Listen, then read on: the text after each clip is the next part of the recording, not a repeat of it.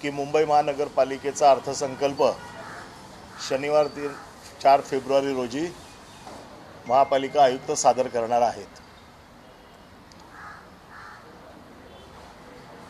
गेले वर्षभर महापालिका अस्तित्वात नाही आहे। नियमाप्रमाणे महापालिकेचे नगरसेवक हे आपापल्या विभागातल्या ज्या सगळ्या गोष्टी आहेत किंवा जो विभागामध्ये विकासासाठी जो निधी लागतो, विकासाच्या ज्या गरजा आहेत या गरजा सगळ्या स्टँडिंग कमिटीकडे देतात आणि या सगळ्या गरजांवरती चर्चा होऊन स्टँडिंग कमिटी अर्थसंकल्प जो तयार करते तो स्टँडिंग कमिटीला मंजूर होतो। स्टँडिंग कमिटीनंतर तो हाऊसमध्ये मंजूर केला जातो आणि त्यानंतर तो महापालिका आयुक्तांकडे जातो आणि मग आयुक्त तो जाहीर करतात। आयुक्तांचा हा अधिकार आहे।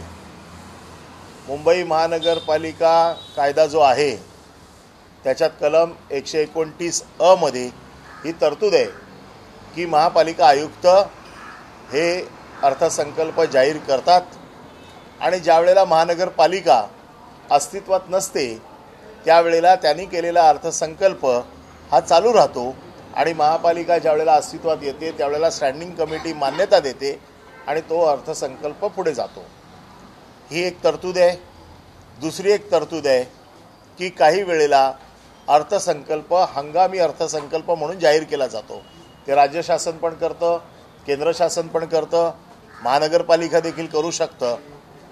परंतु या वेळेला अशी माहिती मिळालेली आहे की पूर्ण अर्थसंकल्प जाहीर केला जाईल। आमचं म्हणणं असं आहे शिवसेनेचं की ज्या वेळेला मुंबई महानगरपालिकेत नगरसेवक अस्तित्वात नाहीत, नगरसेवक हे विभागाचं प्रतिनिधित्व करत असतात, तो लोकशाहीचा मार्ग आहे। विभागाचा विकास हा नगरसेवकांच्या माध्यमातून केला जातो आणि हा लोकशाहीचा मार्ग जर आहे तर जोपर्यंत निवडणुका होत नाहीत तोपर्यंत हा अर्थसंकल्प हंगामी अर्थसंकल्प म्हणून 4 महिन्याचा 3 महिन्याचा आयुक्तांनी मांडावा आणि ज्या वेळेला नवीन महानगरपालिका अस्तित्वात येईल त्यावेळेला नवीन महानगरपालिका नगरसेवकांच्या माध्यमातून आपला अर्थसंकल्प मांडेल, स्टँडिंग कमिटी त्याला मंजूर देईल। आता हे सांगण्याचं कारण का की आपल्याला माहिती आहे की महानगरपालिकेचा ॲडमिनिस्ट्रेटर हा कायद्याने आपण बसवलेला आहे। मागचं आमचं सरकार असताना कायदा पारित झाला की ज्या वेळेला अशा परिस्थितीमध्ये ओबीसीचा रिझर्वेशनचा विषय होता, काही महानगरपालिकांमध्ये ॲपॅडेमिक ॲक्ट होता, कोविडमुळे काही निवडणुका होऊ शकल्या नाहीत, काही निवडणुका मागच्या ओबीसीच्या रिझर्वेशनच्या हायकोर्टाच्या ज्या पिटिशन्स होत्या त्याच्यामुळे होऊ शकल्या नाहीत। आत्ता आपल्याकडे मुंबई हायकोर्टाने 236 वॉर्ड का 227 वॉर्ड याच्यावरती हायकोर्टात पिटिशन अजून निर्णय यायचा बाकी आहे आणि हे सगळं असं अधांतरी वातावरणामध्ये आयुक्त हे मॅनेजर आहेत, ते प्रशासक आहेत, ते काय मालक नाही आहेत। ट्रेझरीचा मालक स्टँडिंग कमिटी असते, ट्रेझरीचा मालक लोकप्रतिनिधी असतात आणि त्यामुळे मालक असल्यासाठी पैशाची खिरापत वाटली जाते आहे। ही पैशाची खिरापत त्याची मी काही ठराविक उदाहरणं आपल्याला देतो। त्याचं कारण असं आहे की आता हे सगळे एक एक प्रकरणं बाहेर यायला लागलेली आहेत। अर्थसंकल्पीय अधिवेशनात आम्ही सविस्तर मांडू, परंतु जसं रोडचं कॉन्ट्रॅक्ट होतं 8060 कोटीचं कॉन्ट्रॅक्ट आहे। ही सगळे छोटी छोटी कॉन्ट्रॅक्ट्स एकत्र करायची आणि आवडीच्या 1-2 लोकांना देऊन टाकायची। अशा प्रकारचे प्रकार हे महानगरपालिकेत चालू आहेत। याला कोणाचा पाठिंबा आहे, कोणाचा त्याच्यावरती असर झाला आहे, हे सगळं आता तपासून बघण्याची गरज आहे। खरं म्हणजे प्रशासकाचं काम आहे की प्रशासन चालवणं, गैरहजेरीत महापालिका जोपर्यंत अस्तित्वात येत नाही तोपर्यंत त्यांच्या गैरहजेरीत हे प्रशासकाचं काम आहे की तात्पुरती व्यवस्था आहे।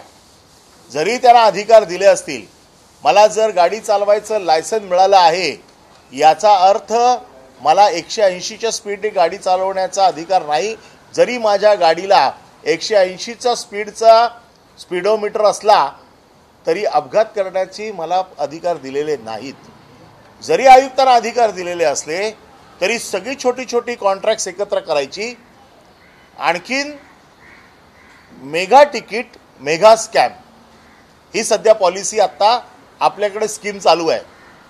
1700 कोटीचं तुम्ही ब्युटिफिकेशनची टेंडर काढली, 1700 कोटी ब्युटिफिकेशनची टेंडर काढली, ती एकत्र केली आणि एकत्र करून तुम्ही सगळं देताय. काही ठराविक लोकांनाच मिळणार आहे. ही रिंग चालू आहे. SWDची कॉन्ट्रॅक्ट आत्ता येत आहेत.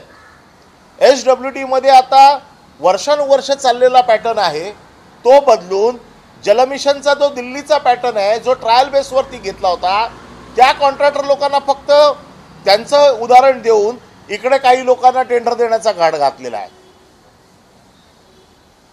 1700 कोटी ब्युटिफिकेशनला एकत्र टेंडर आणि वरती फर्निचरचं, स्ट्रीट फर्निचरचं वेगळं कॉन्ट्रॅक्ट 263 कोटीला काही ठराविक लोकांनाच. हे ठराविक लोक कोण आहे? आता जे काही मोठे इन्फ्रास्ट्रक्चर मधले लोक आहेत ते लोक बेंच पुरवणार आहेत असं म्हणतायत रस्त्यावरची. ही नावं, हे सगळे डॉक्युमेंट्स हळूहळू येतील बाहेर. आणि ही बाहेर काय आम्ही आणत नाही आहेत, हे आपसातले मित्र जे आहेत ना हेच आमच्याकडे माहिती देत आहेत. त्याच्यामुळे ती जशी जशी येतील तशी तशी आम्ही मांडू आणि सभागृहात तर सगळीच मांडू, तोपर्यंत सगळंच येईल.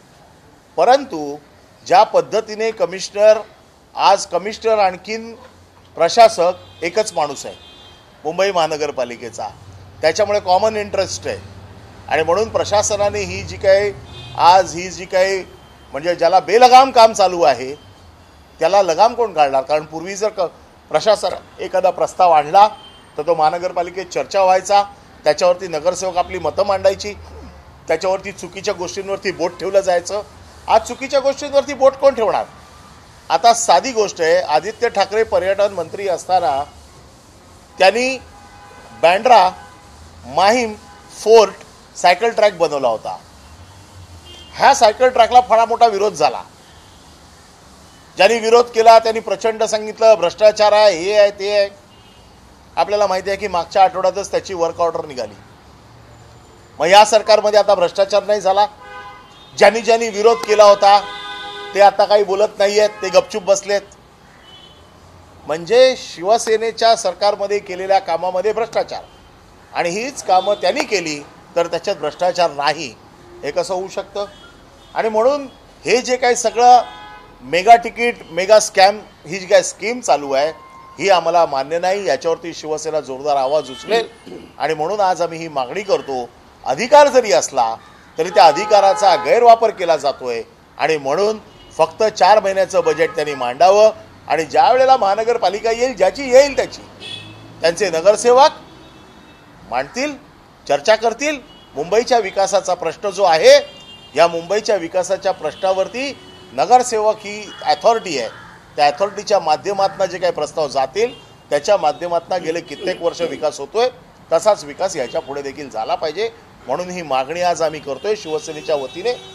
तर आपण त्याच्यासाठी मी आपल्याला बोलवलं इकडे की शिवसेनेची ही मागणी आहे आणि मुंबई महानगरपालिकेने माझ्या मागणीचा यथोचित विचार करावा, शिवसेनेच्या मागणीचा विचार करावा आणि त्याप्रमाणे हंगामी बजेट सादर करावं, ही विनंती. आपला दवाखाना असू दे किंवा इतर ज्या योजना असताना सुरू झाल्या, परंतु आता प्रचंड मोठ्या प्रमाणात त्याची जाहिराती सुरू आहेत, त्याच्यावर खर्च दाखवला जातोय. अनेक योजना ज्या आहेत रस्त्यासारख्या त्या आणल्या जातात. मुंबई महापालिका निवडणूक लक्षात घेऊन हे आणलं जाते का? आणि त्याचं सर्व श्रेय जे आहे ते आपल्याकडे मिळावं असं आमचं श्रेय मिळण्याला काही नाही. जो सत्तेत बसला आहे त्याने श्रेय घ्यावं. जी कामं चालू आहेत, जे कामं मंजूर झालेली आहेत ती कामं बंद करा असं म्हणत नाही. त्याच्यासाठीच ॲडमिनिस्ट्रेटर आहे. ॲडमिनिस्ट्रेटर हा त्याच्यासाठीच आहे की जसं सीलिंग आहे, काम चालू आहे, म्हणजे कोस्टल रोडचं काम चालू आहे, हे बंद पडता कामा नये. जे काही प्रोजेक्ट्स मागच्या सरकारमध्ये झाले असतील या सरकारमध्ये चालू ठेवायला आमचा विरोध नाहीच आहे. परंतु नवीन नवीन गोष्टी आणायच्या केवळ एका माणसाच्या मेहरबानीवरती. आयुक्त ठरवणार सगळ्या गोष्टी. आयुक्त ही एक अशी संस्था झालेली आहे जी आता मालक झालेली आहे मुंबई महानगरपालिकेची. आणि त्यांनी जर अशा प्रकारे ठरवलं आणि नवीन नवीन प्रोजेक्ट्स आयुक्तांनी आणूच नाही, आणि ज्या पद्धतीने आणली इतक्या वर्षाची जी सिस्टीम आहे ती फॉलो न करता ज्या पद्धतीने, काल पण मी काही वॉर्डामध्ये गेलो होतो, प्रभाग समितीचा जो फंड होता जो नगरसेवकांच्या माध्यमातून जात होता, हा फंड आता डायरेक्ट आयुक्तांच्या माध्यमातून जातोय. आणि मी जी माहिती घेतली, सगळ्यात जो छोटा वॉर्ड आहे त्याला सगळ्यात जास्त फंड. मग भौगोलिक असेल, लोकसंख्येच्या दृष्टिकोनातनं असेल, कुठल्याही दृष्टिकोनातनं असेल, कमी वॉर्ड, कमी रचना ज्याची आहे, कमी मतदार जिथे आहे, कमी लोकसंख्या जिथे आहे, त्याला सगळ्यात जास्त निधी. ही सगळे प्रकरण एक एक मी बाहेर काढतो आता. आणि मग अशा परिस्थितीमध्ये हे राजकारण चालू राहील, परंतु अर्थकारणाला शेवटी काहीतरी शिस्त असायला पाहिजे. आणि ही शिस्त, याच्या जी सिस्टीम आतापर्यंत लोकशाहीने ठेवलेली आहे, ही जी काय स्थानिक स्वराज्य संस्था ज्या केल्या गेल्या, या त्याच्यासाठीच केल्या गेल्या ना. आणि म्हणून त्यांनी कुठलंही काम जे मागे चालू आहे, आमच्या सरकारमध्ये आम्ही केलं होतं ते पुढे चालू राहिलंय, चांगलं काम करत असतील, कोणाचंही ऑब्जेक्शन असायचं कारण नाही. मग जे टेंडर मागच्या सरकारमध्ये आम्ही काढलं त्याच्यावरती भ्रष्टाचाराचे आरोप केले, तीच टेंडर आत्ता काढली गेली. मग STPचा असेल, बाकी सगळ्या गोष्टी असतील, या सगळ्या गोष्टी येतील. पण आज मुद्दा असा आहे की आयुक्तांनी नवीन टेंडर काढताना या सगळ्या ज्या गोष्टी होती याला हरताळ फासलेला आहे. एकत्र सगळ्यांना करायचं आणि काही ठराविक लोकांना फक्त द्यायचं टेंडर, हा जो घाट घातला जातोय, याची सविस्तर माहिती आपल्याला मी प्रत्येक वेळेला देत जाईल. परंतु आज मी मागणी करतोय की 4 महिन्याचंच फक्त बजेट करावं. साहेब, बजेट मांडण्याची तयारी जवळपास पूर्ण झाली, समजा पूर्ण कालावधी करता, तर मग पुढे काय ते तुम्ही? त्यावरती शिवसेना आंदोलन करेल. कोर्टाचा आम्ही सगळं तपासून बघू, कायदेशीर कारवाई काय करता येते ती. जर त्याच्यामध्ये सगळ्या तरतुदी तपासून, शेवटी हा प्रश्न लोकशाहीचा आहे आणि कायदा आणि लोकशाही या दोन्ही गोष्टी एकत्र चालल्या पाहिजेत. आणि म्हणून लोकांची सोय कायद्यामध्ये सगळ्यात पहिली बघितली जाते. आणि ती सगळी विचार करून कायदेशीर मार्गाचा अवलंब करायचा असेल तर कायदेशीर मार्गाचा अवलंब करू. साहेब, पण फक्त मुंबई महापालिका नाही, अन्य कल्याण डोंबिवली, नवी मुंबई अशा ज्या महापालिका आहेत, ठाणे आहे, तिथे या आधी म्हणजे मुंबईच्या आधीच प्रशासक नेमले गेले होते. त्या ठिकाणी नेमकी सिस्टीम काय फॉलो केली गेली? नाही, आता सादर झाला, हंगामी अर्थसंकल्प सादर झाला, तिथे नेमकं बऱ्याच ठिकाणी हंगामी अर्थसंकल्प सादर झालेला नाही, तो आयुक्तांनी केलेला आहे. परंतु तिकडे अशा प्रकारची जी काही मनमानी आहे, तशा बघा, मुंबई महानगरपालिका आणि बाकीच्या महानगरपालिकांमध्ये फरक आहे. मुंबई महानगरपालिका एका राज्याचं बजेट आहे आणि इथे सगळं मोठं घबाड आहे. त्या दृष्टिकोनातनं जे काही चाललंय आत्ता, त्याचा विचार करून लोकांचा हा पैसा आहे. आणि म्हणून बाकीच्या महानगरपालिकेत देखील तपासून बघावं लागेल की कशा पद्धतीने मांडला. पण आमची तिकडे देखील जर अर्थसंकल्प मांडला नसेल तर आमची हीच मागणी आहे की नगरसेवकांनी अर्थसंकल्पाची सगळी तयारी केली पाहिजे. प्रशासन प्रस्ताव घेऊन येते, त्याच्यावर नगरसेवक चर्चा करतात, चर्चेच्या अंती तो पास करतात, स्थायी समिती त्याला मंजूर देते आणि असं करून तो अर्थसंकल्प जातो. नाही, पण साहेब, जर समजा त्या अन्य महापालिका आहेत तिथे जर अर्थसंकल्प मांडला गेला असेल तर तुम्हाला असं वाटतं की उद्या सकाळी जर तुम्ही कायदेशीर मुंबई कॉर्पोरेशन ॲक्ट हा आणि बाकीच्या महानगरपालिकांचा ॲक्ट हे दोन वेगवेगळे आहेत. त्याच्यामुळे मुंबई महानगरपालिकेला जो कायदा लागतो तो बाकीच्या महानगरपालिकेला लागतोच असं नाही. त्याच्यामुळे मी आता जे बोलतोय ते मुंबई महानगरपालिकेच्या कायद्यावर बोलतोय. हे दोन वेगवेगळे कायदे आहेत. त्याच्यामुळे ह्या कायद्यावरती बोलतोय, त्या कायद्याचा विचार करायचा असेल तर त्याच्यावर बोली. राजकीय प्रश्न विधान परिषदेच्या यश नसताना दिसते, परंतु अजून पुरस्कृत केलेली शुभांगी पाटील उमेदवार जे आहे ते अजून काटाकाटाची लढाई दिसते. एकंदरीत काय वाटतं? सगळे निकाल येऊ देत, त्यानंतरच बोलणं जास्त सोयीचं राहील.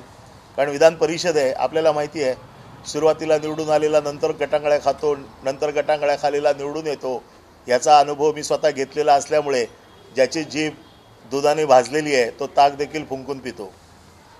साहेब, म्हाडाच्या अधिकाऱ्यांनी काही पाहणी केली का? काल तुम्ही घेऊन जाणार होता, हो, ते दाखवू शकले नाहीत. त्यामुळे मी जे परवाच्या दिवशी सगळ्या गोष्टी ज्या बोललो होतो त्या आता सगळ्या खऱ्या ठरलेल्या आहेत. या संदर्भात कोर्टात जाणार आहे. मी सगळेच प्रकारचे जेवढे प्लॅटफॉर्म याच्यासाठी अवेलेबल आहेत त्या सगळ्या प्लॅटफॉर्मवरती लढणार. धन्यवाद.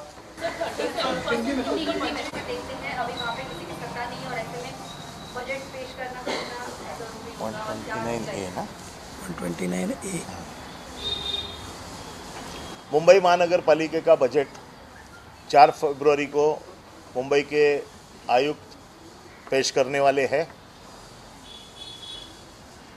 मुंबई कॉरपोरेशन एक्ट में 129A में ये प्रोविज़न है कि कमिश्नर बजट पेश कर सकते हैं, लेकिन इस बजट पे हक होता है नगर सेवकों का.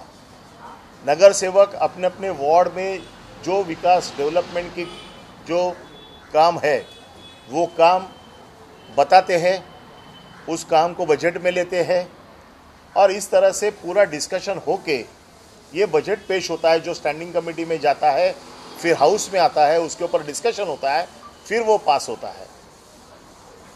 आज मुंबई महानगर पालिका एग्जिस्टेंस में नहीं है. ऐसे समय में हमारा कहना ऐसा है कि कमिश्नर को अगर पावर भी है, फिर भी इस पावर का मिसयूज किया जा रहा है. ये पावर मिसयूज इसलिए ही हो रही है क्योंकि जैसे मैंने एग्जाम्पल दिए कि जो टेंडर निकाले जाते हैं, पहले उस टेंडर पूरे मुंबई के वार्ड में निकाले जाते थे, वार्ड वाइज निकाले जाते थे. अब सभी टेंडरों को एक साथ किया गया है. जैसे रोड का टेंडर है, 8060 करोड़ का टेंडर है, सब छोटे छोटे लोग टेंडर एक साथ किए और अपने पसंद के लोगों को दे दिए. अब उसमें आदित्य जी ने आवाज उठाया, 400 करोड़ रुपए की बचत हो गई. ब्यूटिफिकेशन का 1700 करोड़ का टेंडर है, वो भी सब एक कर दिया और एक साथ एक जो उनके पसंदीदा लोग हैं उनको दे दिया. तीसरा टेंडर जो है वो स्ट्रीट फर्नीचर का है. एक जगह पे ब्यूटिफिकेशन का टेंडर निकाला जाता है, दूसरा स्ट्रीट फर्नीचर का निकाला जाता है. ये भी सब टेंडर पहले प्रभाग वाइज निकलते थे, अब सबको एक करके एक साथ में ये सब टेंडर निकाले गए. और ये लोग कौन है? ये लोग सब उनके नज़दीक के दोस्त हैं, कोई मित्र है, कोई और उनके इंटरेस्टेड लोग हैं. ऐसे लोगों को टेंडर दिए गए. हमारा कहना ऐसा है कि ये मेगा टिकट मेगा स्कैम का जो आज इस्तेमाल किया जा रहा है कमिश्नर द्वारा, वो पावर का मिसयूज कर रहे हैं. अगर मुझे गाड़ी 180 स्पीडोमीटर तक भगाने की परमिशन गाड़ी में है, मेरे ताकत, फिर भी मैं कभी 180 में नहीं चलाता हूँ क्योंकि रोड देखे जाते हैं, एक्सीडेंट देखे जाते हैं. तो एक्सीडेंट करने के लिए उस कुर्सी में नहीं बिठाया, उनको बिठाया है लोगों की सेवा करने के लिए. जो प्रोविजनल जो कंप्लायंस होने चाहिए वो कंप्लायंस करने के लिए उनको बिठाया. जो प्रोजेक्ट चालू है वो चलने चाहिए, एडमिनिस्ट्रेटिव काम कोई रुकना नहीं चाहिए. लेकिन यहाँ पर जो स्कैम चल रहा है, जो भ्रष्टाचार चल रहा है, एडमिनिस्ट्रेटिव भ्रष्टाचार जिसको कहते हैं वो चल रहा है, उसको रोकने के लिए कमिश्नर ने सिर्फ 4 महीने का ही बजट बनाना चाहिए. ऐसी मांग आज शिवसेना की तरफ से हम कर रहे हैं और इस मांग को अगर पूरा नहीं करते हैं तो हम इसके ऊपर जो ऑप्शंस हमको दिखाई दे रहे हैं उस ऑप्शन पे हम काम करेंगे. क्योंकि ये जो बजट है ये लोगों के लिए है, ये इनके किसी के घर की प्रॉपर्टी नहीं है. तो इस बजट को अगर सही ढंग से अगर लोगों के लिए करना है तो नगर सेवकों ने लाना चाहिए. फिर जब महानगर पालिका 2-4 महीने में जो आएगी वो अपना काम करेगी और उस वक्त लोगों की जितनी भी डेवलपमेंट के जो काम बाकी है वो उस बजट में आएंगे. अदरवाइज ये जो चल रहा है ये कुछ लोगों को सेटिस्फाइड करने का काम चल रहा है, कुछ मित्रों को बड़ा करने का काम चल रहा है. इसके स्कैम के पेपर्स आहिस्ता आहिस्ता अपने अपने दोस्त जो है बैठे हुए हैं वहाँ पर वो हमारे पास भेज रहे हैं, वो हम आपके सामने लाएंगे. बजट सेशन अब शुरू होगा महाराष्ट्र का, उसमें लाएंगे. लेकिन आज हमने ये मांग की है कि ये बजट इंटरिम होना चाहिए और अगर ये बजट वो लाते हैं तो उसके ऊपर शिवसेना आंदोलन करेगी. 37% ही बजट इस्तेमाल हुआ है पिछले बजट में जो था और बाकी का जो बजट है वो इस्तेमाल ही नहीं हुआ है. लगभग 22,000 करोड़ का बजट था, उसमें सिर्फ 8 करोड़ का 8,000 करोड़ का इस्तेमाल. तो इसका मतलब ये है कि बजट पूरी तरह से इस्तेमाल नहीं कर की. उसका रीज़न एक है कि नगर सेवा अवेलेबल नहीं है. अगर नगर सेवक जहाँ पर अवेलेबल है वहाँ वो पीछे लगता है, टेंडर प्रोसेस के पीछे लगता है, जो फॉर्मेलिटीज़ करने का काम अपने डिपार्टमेंट में वो खुद उसमें इनिशिएटिव करता है, वो सबसे बड़ा चैनल है। इस बजट को इम्प्लीमेंट करने का सबसे बड़ा चैनल अगर कोई है तो वो नगर सेवक है। उस नगर सेवक का अगर एब्सेंस में आप इस तरह का बजट लाओगे, कितना भी बड़ा बजट लाओगे, वो 30-35% के ऊपर नहीं जाएगा। और ये सिर्फ लोगों को खुश करने का काम हो रहा है। बजट दे दो, उनके दे दो, कैशबैक ले लो, किकबैक हो जाएगा, बात खत्म। फिर उनको इम्प्लीमेंट हो या नहीं हो, उनसे उनको क्या लेना देना है। कमिश्नर को कोई पूछने जाने वाला है नहीं कि मुंबई का डेवलपमेंट नहीं होगा या होगा। हम तो मुंबई वासी है, हम तो पहले हमारी जिम्मेदारी है। तो कमिश्नर को ये समझना चाहिए।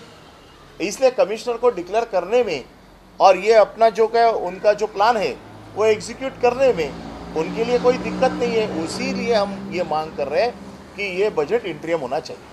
तो चुनाव के बाद ही बजट होना चाहिए और चुनाव के बाद में जो जिसकी महानगर पालिका आएगी वो अपना बजट खुद पेश करेगी।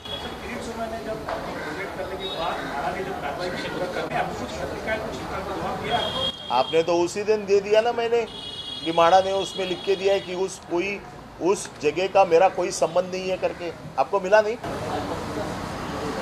तो आपको दे देता हूँ copy. Thank you. Konkan Dnyaneshwar Mhatre जे आधी तुमच्या गटाचे ते भाजपकडनं अधिकृत उमेदवार लढवतात, त्यांचा विजय झालेला आहे। त्यांचा विजय तुम्ही कितपत हे पाहता? नाही, ही मी म्हटलं ना की ही शेवटी नोंदणीची निवडणूक असते। ज्यांची नोंदणी चांगली आहे ते जिंकतात। त्याच्यामुळे याचा पूर्ण आता निकाल लागू देत, कोणाची किती नोंदणी होती, पहिल्या पसंतीची किती मिळाली, दुसऱ्या पसंतीची किती मिळाली, हे सगळं बघून ठरवता येईल। त्याच्यावर आत्ता भाष्य करणं योग्य नाही।